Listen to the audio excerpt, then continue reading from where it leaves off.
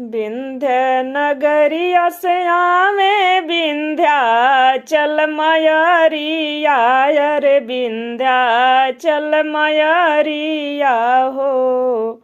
मालिन फूलवरिया भैली ठाड़न हो राम, मालिन फूलवरिया भैली ठाड़न हो राम। सूतल बाटू की जागल ए मलिनिया, रे जागल ए मलिनिया हो। एक अंजुल जलवा पिलाव ए राम, एक अंजुल जलवा पिलावन हो राम। हथवा में लिहली मालिन चंदन कपटवा, रे चंदन के पटवा हो। मैया के आसन लगावेली हो राम, मैया के आसन लगावेली हो राम। लोटवा सुरहिया भर के लिहली गंगा जलवा, रे लिहली गंगा जलवा हो।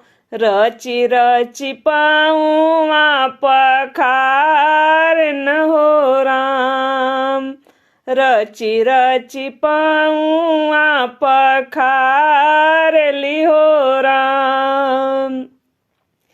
हलुआ पुड़ी से मालिन भोगवा लगवली, अरे भोगवा लगवली हो।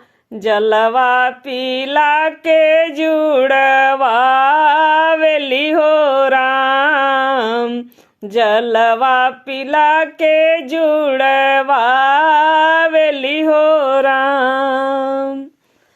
मैया जुड़ैली मालिन से हो खुश भैली, मालिन से खुश भैली हो। मांगहु मांगहु मालिन कुछ आशीष हो राम, मांग मांग मालिन कुछ आशीष हो राम।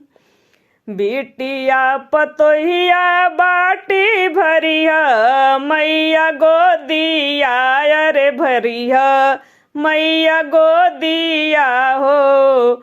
अचल रहे मांगी के सोहाग हो राम, अचल रहे मांगी के सोहाग हो राम। हमरे मलियावा के लमहर उमर दीह, लमहर उमर दीह। हमरो के दिया भगति दानन हो राम, कि हे हो मैया हमरो के दिया भगति दान हो राम। जवने नगर में मैया हमरो अवसवा, रे हमरो अवसवा हो।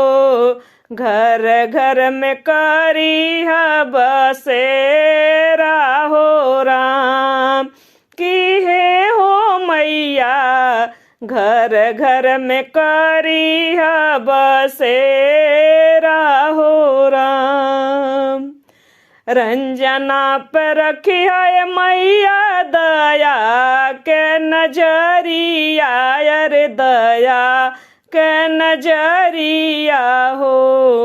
पूरा करी मन के मुराद हो राम, कि हे हो मैया पूरा करी मन के मुराद हो राम।